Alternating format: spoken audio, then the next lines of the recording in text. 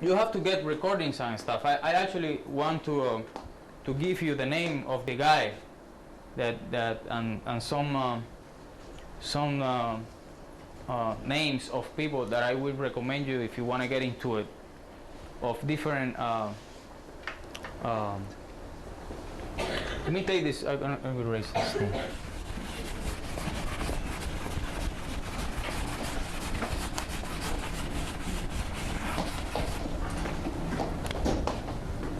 De Mozambique,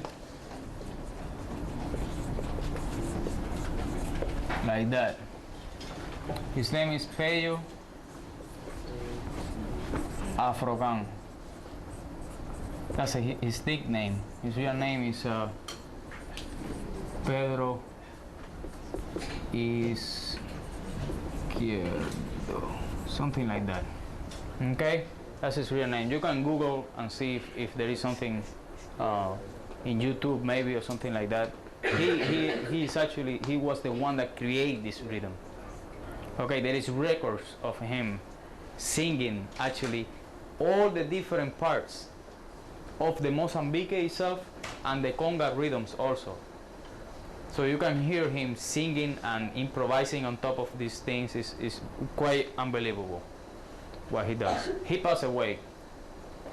So then you have people that develop, like they say, the rumba style.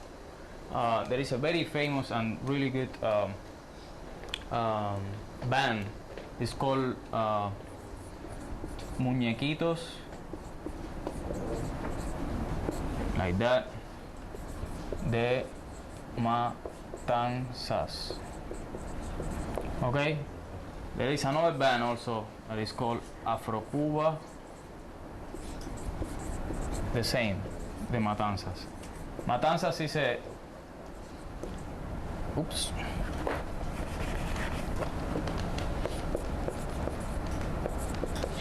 Matanzas is a province in Cuba. It's the next province after Havana, going to the east side of it. And a lot of folkloric stuff and very deep traditional things has been developing in there because they got more kind of isolated from what was happening outside, like they say in Havana and stuff like that. So they kept more the raw tradition until now. They have a lot of, so these bands, they really developed, let's say, the rumba style. And just for the sake of whoever is interested into it, we have 3 different names in this rumba. We have one that is called Guaguancó. The other one is called Columbia, and the other one is called Jambu.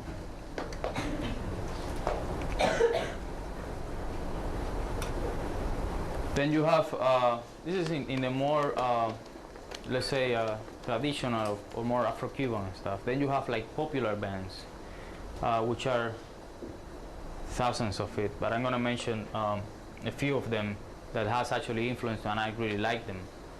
One of them is called Los Bambam. I don't know if they have been here in New Orleans. Did they? They've been here? This band is the band that created and developed over 30 years the famous pattern of songo. Okay, and one of the you know, the most important people within the Cuban percussion that developed this, his name is Jose Luis Quintana, and his nickname is Changuito.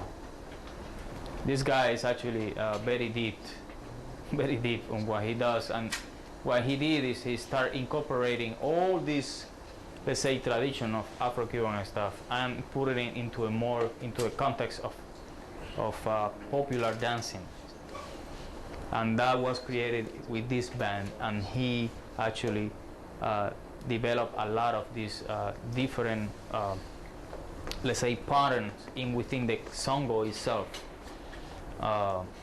So this is changuito or chango, whatever.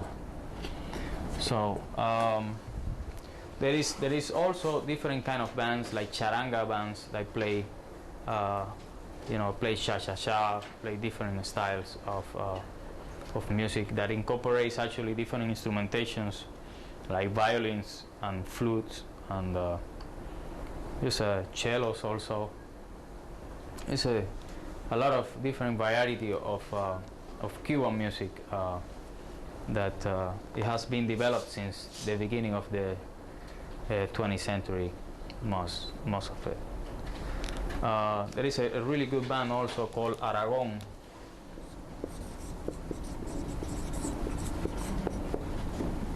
And there's also a band is called La Revés.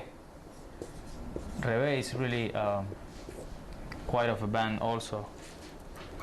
This band is really interesting, and one of the interesting things is actually that this band has three or four trombones and 2 violins also. So you have trombones, violins, and bass, piano. It used to be a electric guitar, but not now, and just percussion and singers. It's a big band. It's like 13-piece band, but it sounds very, very groovy. Since it starts, this day playing is unbelievable the way it sounds. And the most important part in about this band specifically, and you can Google this specific band also. There's probably a lot of information in YouTube or something. This band has been developing the popular music in Cuba since the beginning of, let's say, the late 60s up to now.